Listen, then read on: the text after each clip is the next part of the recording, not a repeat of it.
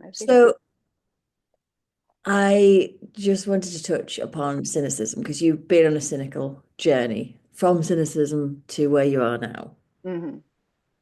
Do you think cynicism does have some value? Yes. Good. So I think it makes us question things. I mean, I think it makes us actually, if we just believe everything we're told by everyone, then I don't know. I don't like where my imagination goes with that thought.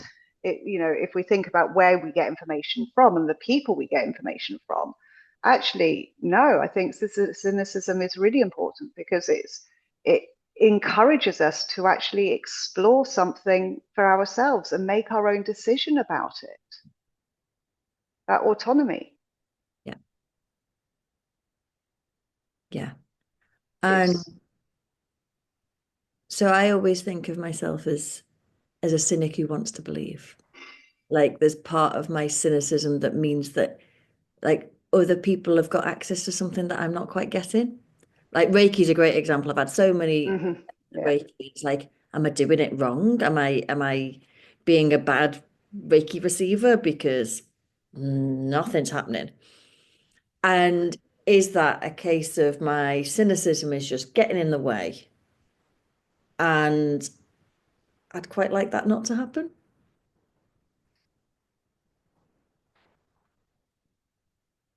I would say your cynicism is possibly getting in your way, or you're not believing, because it's not at this point, it's not cynicism anymore. At this point, you're withdrawing on your experience. So you had the cynicism about it. You were open to something different. So you opted to partake, to have some Reiki. Did you go into that session with, this is BS, I don't believe in this? Or did you go in Um, to go, actually, oh, I think I went in with actually, yeah, my first experience of Reiki, I went in with I would probably think that this is BS if it wasn't for the fact that I really trust and believe in the person doing it. So she will enable me to open my mind. So it was a friend who like does the woo-woo, but I also describe as being quite, down to earth and sensible. And so, but it still didn't do anything. I mean, it didn't do any harm. It was nice to, it felt pleasant to know that somebody was thinking nicely towards me. what But did you want it to do? What were your expectations? I don't know what my expectations were, but I think what I wanted was for her to go to kind of like, you described that moment with that person's hip where you had that you knew something. And I've heard so many stories of things like that. So for someone to go, oh, I know, I can see this thing in you, and for them to know something Hmm. that they couldn't have Yeah. known otherwise. So I wanted evidence. That's what You I want. wanted evidence. Was there something specific that you wanted evidence about? Oh, it was so long ago, I can't remember.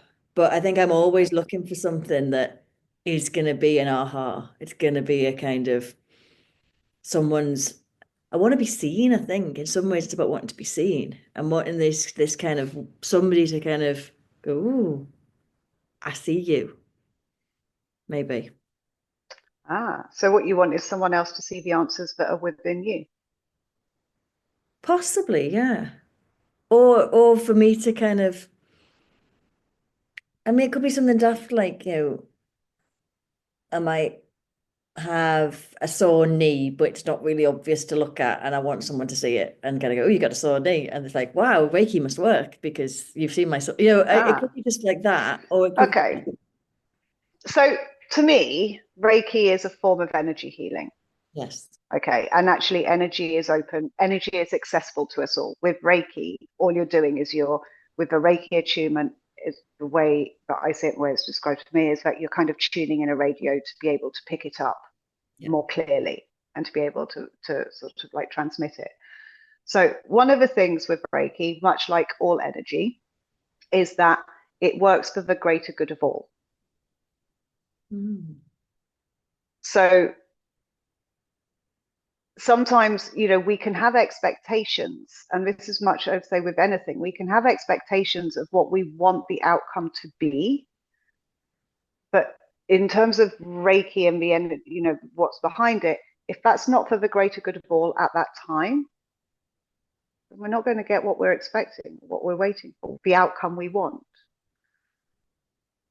It's also one of those things with Reiki, it's sort of like it can sometimes be a nudge. It can be, it can be very subtle, where I've Reiki'd myself many times and just thought, well, that doesn't, nothing, didn't even get the heat I'm used to. Well, oh dear, something's wrong with me, type of thing.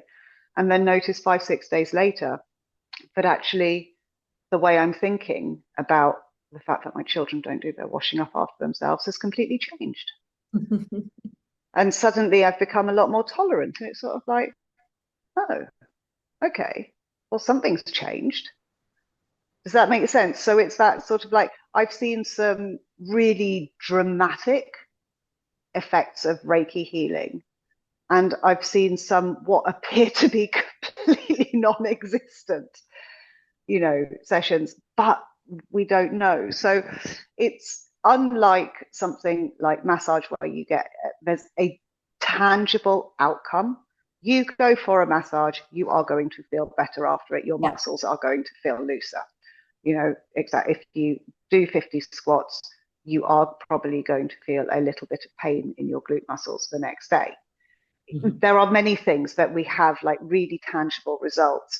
Unfortunately, Reiki is not one of them. Yeah.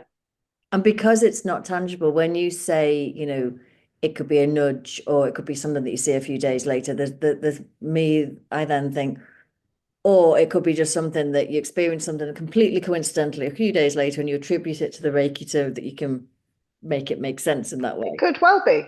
It could well be. But at the end of the day, what does it matter? Yeah. Yeah. I want my wow moment. Well, this is it. I was going to say, this is it. I want my wow moment. When I came into recovery, they talk about, I did it a very conventional way. I went into rehab and then I, did some meetings and all of that. So, and they talked about, in one of the meetings I went to, they talked about a spiritual awakening. And actually in treatment, they talked about this spiritual awakening. There's me going, right, I want like a thunderbolt and I want lightning and I want something silver coming from the stars. And I want one day to just wake up and go, oh, that's it. Yeah. Didn't happen like that at all.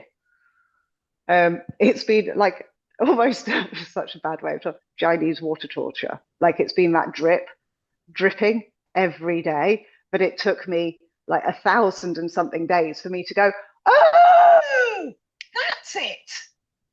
It's that water drop that drops on a rock, and after a number of years, it will actually have dropped through the rock. That is kind of, for me, that's what these things are. It's that sort of like, I wish to God it came as big, dramatic, music. All of that would be lovely, but a bit like sort of true love. I always wait for those. It's amazing, actually, isn't it? What Hollywood or what media sets us up for, but it's just going to be that moment you'll see someone, you go, oh, yes, you're the one. Well, this is when you have a child. I remember when I was pregnant, somebody saying to me, you'll never know love like it. It's going to be like a big, that moment when you first meet your child is going to be like, oh, what happened? And I don't know whether part of that was that I had a section rather than a natural birth, or part of it was that wasn't my journey. My journey was and is I've got a little human that I'm getting to know.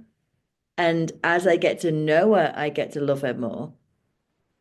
But I don't think I did have, an aha moment with this little baby. Oh. And yet there's almost like there's something quite shaming in that. Like that, what kind of a mother am I? And because it's not talked about either, we have, love needs to be a certain way, spirituality needs to be a certain way, motherhood, Reiki, all of these things, these are what you should experience. Otherwise, you're doing it wrong. So maybe that's the other thing that I'm looking for something other than what I'm getting. We're being directed by outside rather than what we actually know within. We have all the answers, and I can so relate to what you just said. I didn't have either of that with my daughters, either of them. Yeah. Yeah, they were lovely, you know. In fact, the first one wasn't quite, they come out and they're not actually that pretty when they're first born. Oh, she's so beautiful. She's got red bits. Covered in I love goo her to and all bits. Yeah, that. covered in, exactly. And just sort of like, I love her to bits. Yes, I felt protective towards her. Yes, there was definitely something in me that was sort of like, okay, keep this alive, do everything. But I fell in love with her with time. Yeah. And I think part of mine was actually I fell in love with her when I stopped equating her to that alien that had been living inside me for the last 3 weeks, making me feel so damn uncomfortable, and taking over every bodily function. So but how much of this do we not talk about? How much of this we hide and we hold in, which comes back to this sort of like, we need to get this energy out. We need to be able to feel comfortable. We need to feel okay with ourselves to go, actually, it wasn't like that for me.